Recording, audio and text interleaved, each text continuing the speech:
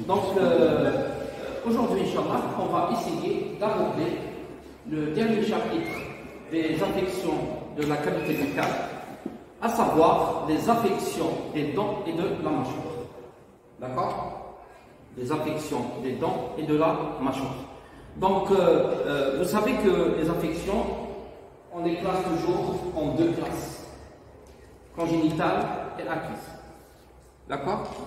En ce qui concerne maintenant les mâchoires et les dents, on peut avoir ce qu'on appelle des malformations concernant la taille des maxillaires. Et on va parler de prognathisme et de brachygnatisme et d'agnatisme. Prognatisme, brachygnatisme et d'agnatisme.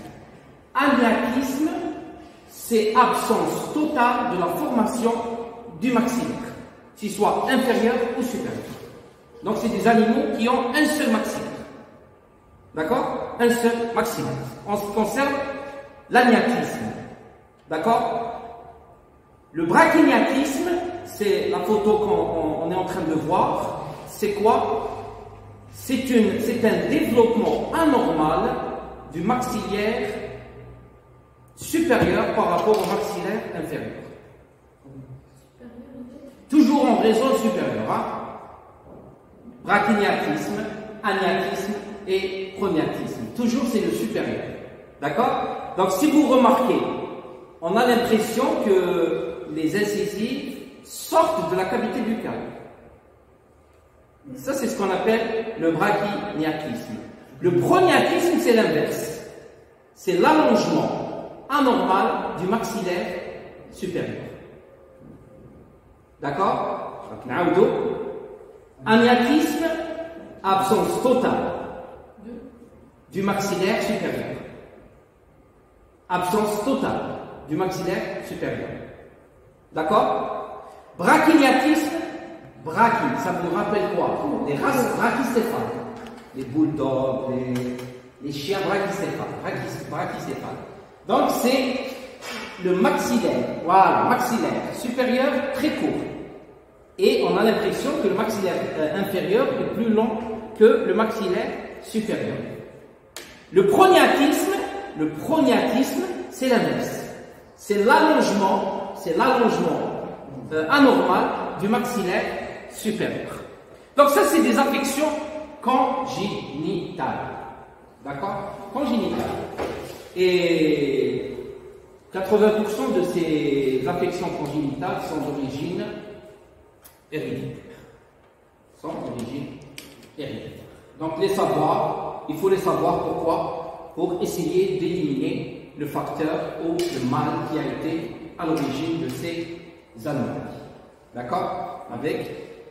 Maintenant, est-ce que ces anomalies ont des répercussions sur la vie de l'animal? Bien sûr. Bien sûr. C'est toute la biomécanique buccale qui va changer. Donc l'animal ne pourra pas éventuellement s'alimenter normalement. Et je vous fais savoir que généralement, ces affections congénitales ne viennent pas tout seuls. Elles sont souvent accompagnées par d'autres affections congénitales, telles que les affections cardiaques, les affections de l'intestin. Regardez, par exemple, le veau que vous voyez ici. Il est nain déjà.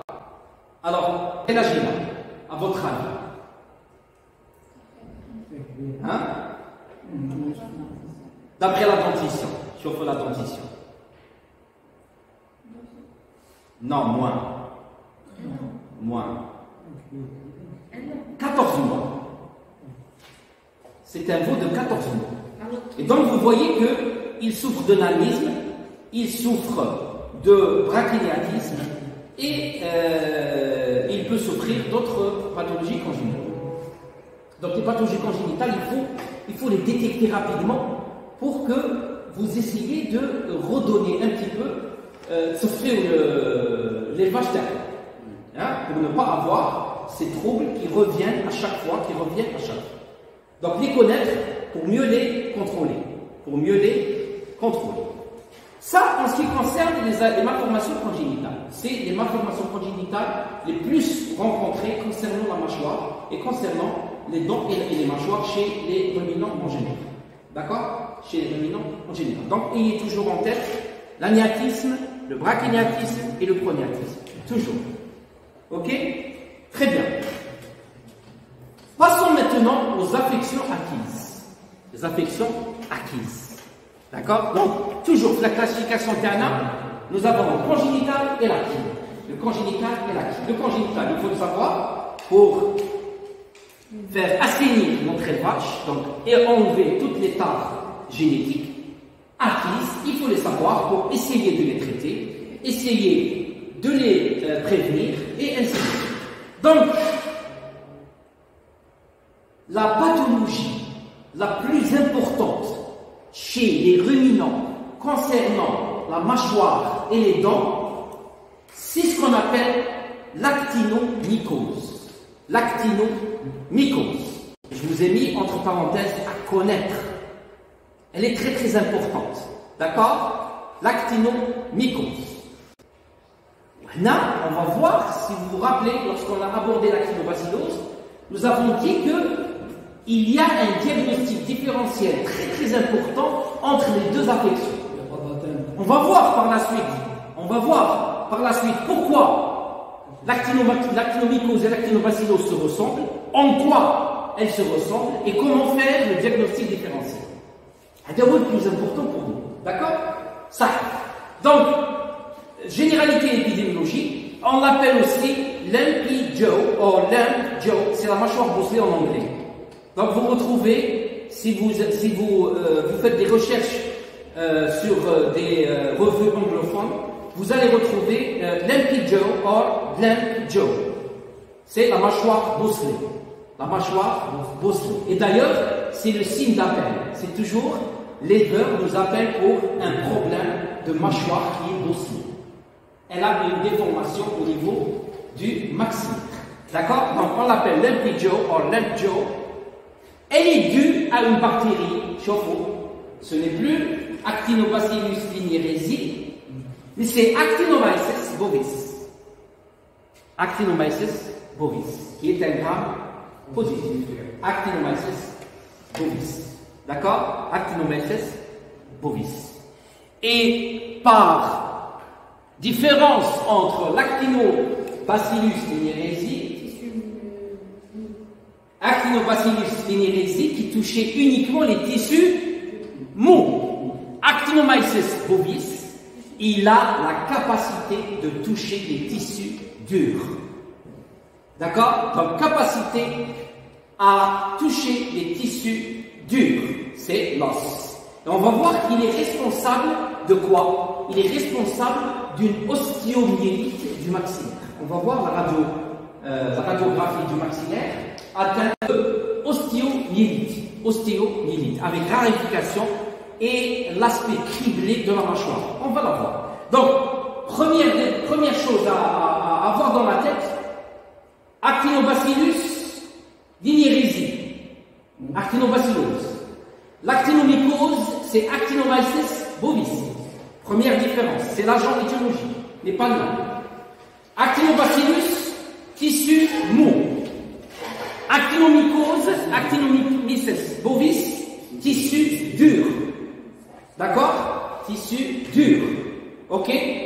C'est des affections sporadiques. Même l'autre, elle était sporadique. Elle est due à un traumatisme. Donc, pour avoir tout le cheptel atteint de l'actinomycose ou d'actinobacillose, c'est pas possible. On peut voir deux affections, deux vaches qui peuvent tomber dans un... Mais généralement, c'est très rare. On retrouve uniquement des cas sporadiques uniques. Uniquement. D'accord? Et nous avons aussi donc tissu dur.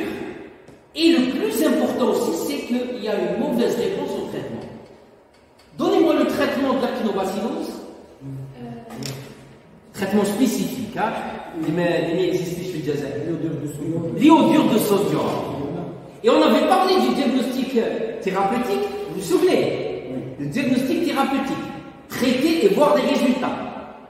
Lorsque vous traitez une actinomycose avec de l'iodure de sodium, il n'y a pas de réponse. Donc, qu'est-ce que vous avez? Vous avez une enflure, une bossure au niveau du maxillaire. Vous vous dites, est-ce que c'est une actinobacillose? Est-ce que c'est une actinomycose? D'accord? Si la bosse sort du maxillaire, elle sort du maxillaire, lorsqu'on veut la mobiliser, elle est immobile. Ça veut dire que l'os est, lui, carrément touché. D'accord? Donc l'aspect immobile. Il n'y a pas, c'est pas un abcès.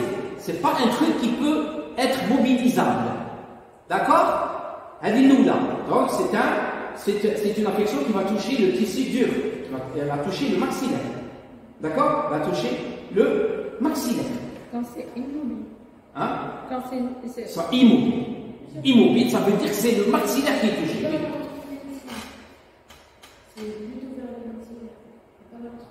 Vous allez voir au niveau de la photo, c'est tout le maxillaire qui est touché. C'est une enflure large du maxillaire. Ce n'est pas une seule là. C'est pas un truc localisé, c'est tout le oui. Ruminant en général. On peut l'avoir aussi chez les ovins. Mais prédisposition raciale, c'est les bovins. D'accord? Ok? Donc, vous êtes là, tissu dur qui est touché, qu'est-ce qu'on voit? Voilà, traitement et diagnostic thérapeutique. On traite à l'iodure de sodium. On revient 24 heures après, 48 heures après. S'il y a une réponse, on était dans un cas d'actinobacillose. Une atteinte linguale, c'est la langue de bois. C'est la langue de bois. D'accord? Alors, les symptômes, qu'est-ce qu'on va retrouver? Donc, on va retrouver une tuméfaction osseuse. Et là, c'est le terme osseuse. Dure, douloureuse pour l'animal. Difficulté de préhension des aliments. Alors, la difficulté de préhension des aliments, elle est due à quoi dans ce cas? Pourtant, il n'y a pas d'atteinte de la langue. Ça gêne. L'enflure, elle gêne. Ça gêne le travail de la langue. Et ce n'est pas une atteinte linguale. C'est une atteinte parce que l'animal, une vache, pour qu'elle prenne quelque chose, elle doit sortir, elle doit faire sortir sa langue. Et en sortant la langue, elle bute sur le maxillaire qui est enflé. Donc elle ne peut pas utiliser sa langue. D'accord? Elle ne peut pas utiliser sa langue. Donc difficulté de préhension des aliments. Réponse nœud lymphatique très modérée. C'est une réaction, une forte réaction ganglionnaire. Donc, rajouter dans le diagnostic différentiel, c'est que l'actinomycose, il n'y a pas de réaction ganglionnaire. D'après vous, pourquoi il n'y a pas, lors d'actinomycose, une réaction ganglionnaire? C'est localisé.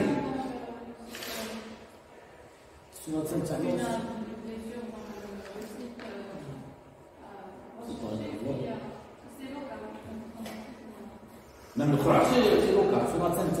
Aïe. Ça ne passe pas dans le sang. Pourquoi ça ne passe pas dans le sang? Elle touche l'os. Quelle est la particularité de l'humidité de l'os? C'est une humidité locale. L'os a une particularité, c'est qu'il a une humidité locale. Il n'y a pas de réaction ganglionnaire lors d'atteinte osseuse. Il y a une humidité locale. Il n'y a pas de drainage, il n'y a pas de réaction ganglionnaire si l'os est touché. Galezo, chez le maxillaire. Galezo. Je vous donne, si la tumeur est primitive, s'il n'y a pas de métastase, s'il y a des métastases, il y a des réactions ganglionnaires, et ça. D'accord? Mais je vous donne un exemple. Lors de fracture simple de l'humérus, par exemple, est-ce que nous avons une réaction ganglionnaire axillaire? Non. Non. Il n'y a pas de réaction ganglionnaire. Si l'os est touché, il n'y a pas de réaction ganglionnaire du ganglion satellite. Dans ce cas, le ganglion satellite chronois, C'est le parotidien, c'est le rétropharyngien et c'est le maxillaire. Il n'y a pas de réaction. Donc des jeunes chevaux, bosselés, immobiles, pas de réaction ganglionnaire, on en a 80% dans un cas d'actinomycose. C'est le diagnostic thérapeutique. Le diagnostic thérapeutique. Donc, pas de taille augmentée veineuse lymphatique, le pus est poisseux, côlon peut s'écouler de ces enflures. Donc, le pus, dans ce cas, il est poisseux, il n'est pas granuleux. Il est poisseux et il est très. C'est comme. Je te le laisse. Non, c'est le lait qu'on a, الحليب المكتف هذاك اللي يديروا به. À un certain moment, la génération va être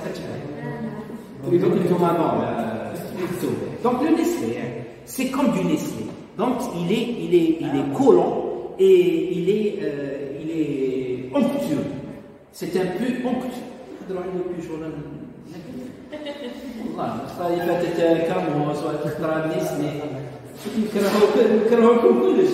Donc c'est un peu poisseux, collant, qui peut s'écouler de ses enflures. Alors les lésions atteintes des tissus durs, ostéomyélite et ostéolyse.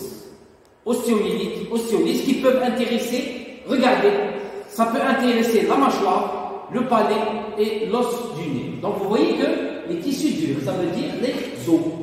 D'accord? Les os.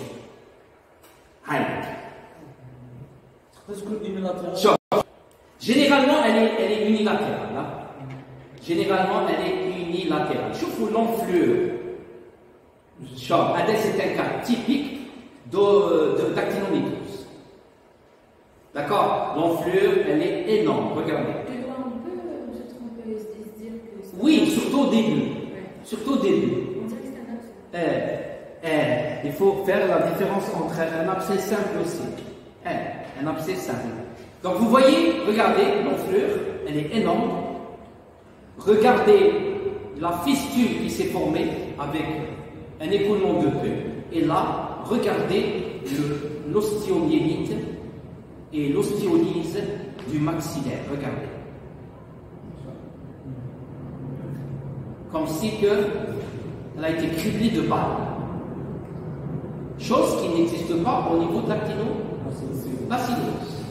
L'actinobacillose. Donc, je peux emmener les photos à demain, ils sont très importants. Néanmoins, l'actinomycose peut toucher aussi les tissus mous, comme l'œsophage, le testicule, le poumon et le cerveau. L'œsophage, testicule, poumon et cerveau. Mais c'est des localisations secondaires. La localisation majeure de l'actinomycose, c'est au niveau de l'os maxillaire. Généralement, ils sont dus peut-être à une bactériémie, un passage avec localisation erratique. C'est une localisation qui n'est pas physiologique, c'est une localisation pathologique. D'accord? Parce que l'affinité, c'est pour les os. Mais on peut avoir, lors d'autopsie d'un cas d'actinomycose, on peut avoir les mêmes lésions au niveau de l'œsophage, au niveau du testicule, au niveau du poumon et au niveau du cerveau. D'accord? Donc, la chose la plus importante, les Mchidora, l'actinomycose n'est pas suivie d'un drainage des nœuds lymphatiques. Donc, il n'y a pas de réaction ganglionnaire. Donc, sur le plan diagnostic clinique, on va trouver masse dans la région de la mâchoire non mobilisable, immobile, non mobilisable, on ne peut pas la mobiliser.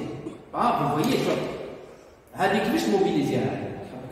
ما تتحرك الراس كامل complètement. D'accord? Donc non mobilisable, pas d'atteinte des nœuds lymphatiques. Pas d'atteinte des nœuds lymphatiques. Et pour avoir le cœur net, essayez un diagnostic thérapeutique. Vous traitez à l'iodure de sodium, car vous trouvez 2 jours après, 3 jours après, aucune réponse. D'accord? Aucune réponse. Alors, le diagnostic différentiel, je vous ai mis quelles sont les pathologies qui peuvent être confondues avec l'actinomycose. Donc, le premier, c'est les abcès. Un abcès à la joue au niveau de la gauche. C'est très fréquent par rapport à l'actinomycose. L'abcès est plus fréquent. Donc, généralement, on fait toujours la confusion entre l'abcès et l'actinomycose. D'accord? Alors, comment vous allez faire la différence entre un abcès simple et une actinomycose? Déjà, la réaction ganglionnaire, il est mobilisable. La consistance est le peu. Zédou est très importante. On peut avoir un animal sans gène mécanique. C'est un animal qui s'alimente, qui se nourrit, alors que l'actinomycose, jamais. L'actinomycose, rien du tout. C'est un animal abattu avec une enflure au niveau du maxillaire très important. Par contre, l'abcès, non. L'abcès, on peut avoir des abcès qui se développent chez un animal qui se nourrit normalement. On peut le ponctionner, on peut avec des réactions ganglionnaires. Zido, diagnostic thérapeutique. Lorsque vous traitez un abcès en drainage, donc vous ouvrez, vous essayez le drainage, vous curetez bien l'abcès, après ça guérit. L'actinomycose, rhumatisme. D'accord? Donc, un abcès à la joue, l'actinobacillose, et il y a des tissus mous, mobilisables, atteintes gléno-lymphatique. D'accord? L'actinobacillose, elle est mobilisable parce qu'elle touche les tissus mous. Il y a une réaction ganglionnaire en plus du diagnostic thérapeutique avec l'iodure de sodium. Si vous mettez de l'iodure de sodium, ça disparaît, vous êtes dans un cas d'actinobacillose. Nous avons aussi les corps étrangers, l'accumulation d'aliments, si l'animal ne peut pas déglutir, examen de la gueule. Généralement, des fois, surtout un des ovins. La brebis, la vieille brebis. Vous savez qu'il y a des chemins. Il y a de l'alimentation, il y a de l'aliment qui reste au niveau des joues. Et on a l'impression que c'est une boursouflure. Alors que c'est de l'aliment. Donc, amusez-vous toujours à inspecter la cavité buccale de l'intérieur. Ok? Ou bien un corps étranger. Un corps étranger qui s'est implanté entre, par exemple, le prémolaire et molaire. Il s'est implanté, un corps étranger. Ça peut donner une enflure de la joue. Alors, amusez-vous toujours à inspecter la cavité buccale de l'intérieur. D'accord? Ou bien, surtout si l'animal ne peut pas déglutir. Donc, s'il y a une dysphagie, s'il y a un problème de la déglutition. S'il y a un problème de la déglutition, toujours essayez de voir s'il n'y a pas de corps étranger, d'aliments, surtout chez la brebis, la vieille brebis. La vieille brebis, elle a tendance à... la vieille brebis, elle a des problèmes dentaires. Voilà, elle a des problèmes dentaires. Il y a une chute des dents, elle n'arrive plus à mastiquer, elle n'arrive plus... Donc, il y a du reste. Il y a surtout l'aliment fibreux. L'aliment fibreux, il parle de l'intérieur. Donc, entre la plaque dentaire, qui est donc représentée par le molaire et prémolaire, et la joue.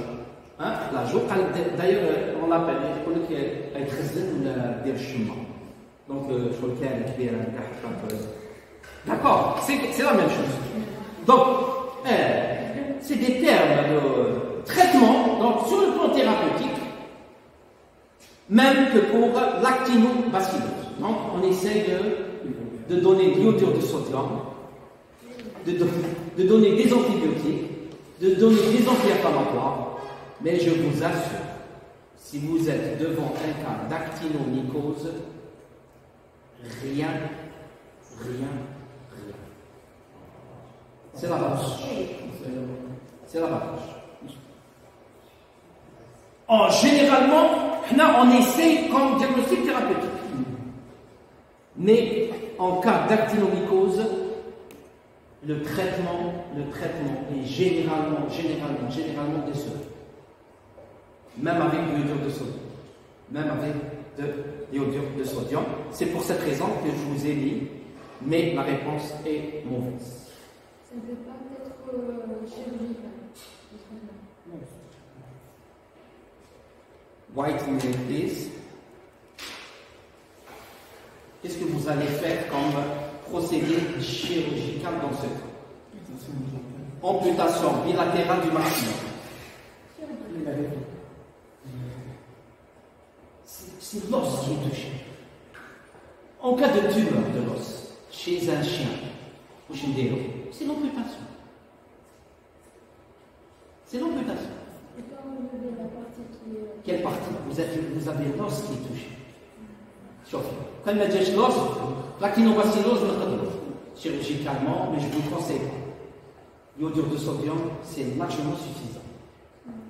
Les abcès, oui. Les abcès, vous ouvrez, drainage, et ainsi de suite. Là, c'est OK. Mais dans ce cas, actinomycose, qu'est-ce que vous allez. Quelle est la procédure à Yafan? C'est l'amputation, c'est la maxillectomie.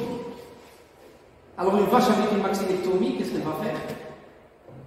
Perdre de ses valeurs. Ah oui, elle perd de ses valeurs, elle perd tout. D'accord? Alors, on revient. Monsieur, les abcès, c'est dans les cas des pseudo-tuberculoses. Les abcès. Oui, dans le cas, par exemple, chez les ovins, de lymphadénite caséreuse. Lymphadénite caséreuse. D'accord? Lymphadénite caséreuse. Ou la maladie des abcès.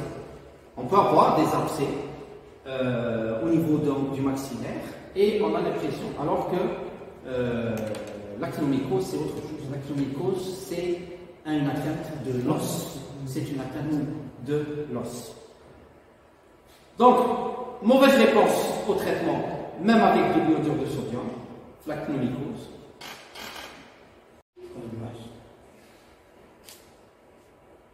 Vous arrivez à voir comme ça? Oui. Mais allez, on va essayer de reprendre le tableau au niveau des vidéos avec Là, je vous ai mis un tableau récapitulatif de les affections buccales qui peuvent nous intéresser chez les ovins, caprins et vaches. D'accord? Ça veut dire, lire le tableau généralement c'est un tableau qu'on va utiliser en pratique. Que tout ce qui est tableau, il attire l'attention et il a des points. Généralement, on les tableaux. D'accord? Je vais vous donner un exemple. Donc, le tableau, je fais la maladie, fait l'espèce qui est touchée, fait les lésions buccales qui accompagnent cette pathologie et les autres lésions qui peuvent accompagner les lésions buccales lors de cette pathologie. Notez un exemple. La stomatite papuleuse. La stomatite papuleuse. Elle atteint qui? Elle atteint les bovins et l'homme. Les 3 points d'exclamation redondants, ça veut dire que c'est en recherche. C'est en recherche. Chez les ovins et les caprins. C'est en recherche. Maintenant, je dis mais actuellement, il y a des recherches, possibilité d'avoir des stomatites papuleuses chez les caprins et les ovins. Mais les études sont en cours. Ce qui est sûr, c'est la stomatite papuleuse, bovin et homme. D'accord? Bovin et homme. Alors, les lésions buccales, on va voir des papules élevées, rondes, rouges, foncées sur le mufle et le palais. C'est-à-dire, on l'a vu. D'accord? Les lésions associées, occasionnellement, dans l'œsophage, le reste du tube digestif, très douloureux. Très douloureux. Donc, on peut avoir les mêmes stomates, les mêmes lésions papuleuses au niveau de l'œsophage, au niveau du reste du tube digestif et qui sont très douloureux. D'accord? Rohons à une autre pathologie. L'ectyma contagieux. L'ectyma contagieux, je connais, c'est le cousin de la stomatite papuleuse chez les moutons. Et l'ectyma contagieux, elle est très répandue chez nous, le Jazair. On a vu, le chef dans la photo. Oui. C'est l'ectyma contagieux. C'est des œdèmes. Non.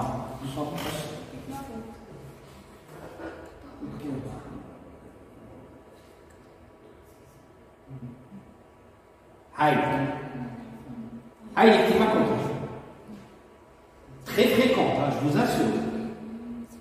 Les gens qui au stage, surtout quand ils traitent les ovins caprins, on a des jeunes. C'est l'ectyma contagieux. C'est un type de stomatite papuleuse. D'accord? C'est un type de stomatite papuleuse.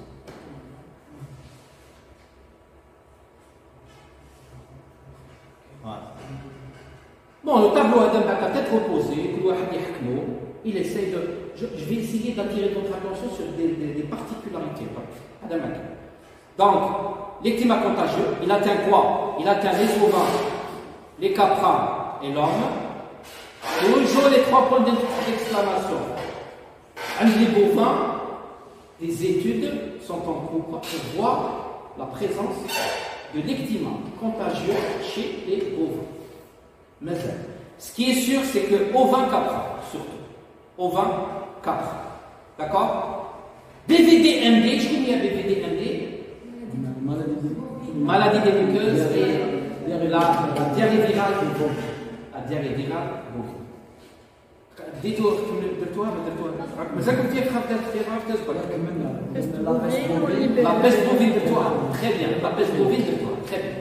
Donc, la BVD, donc les bovins, hein, ulcère en cou d'angle, je peux aller à bien, ulcère en cou de griffe, il a une ulcère en cou d'angle, c'est la BVD, ok. L'IBR, la rhinotrachéite infectieuse bovine, donc chez les bovins, ce qu'on a l'IBR, voilà, c'est des ulcères en cardiographie. Et en plus, le signe du clown. Le signe du clown, le nez rouge. D'accord? Stomatite vésiculeuse.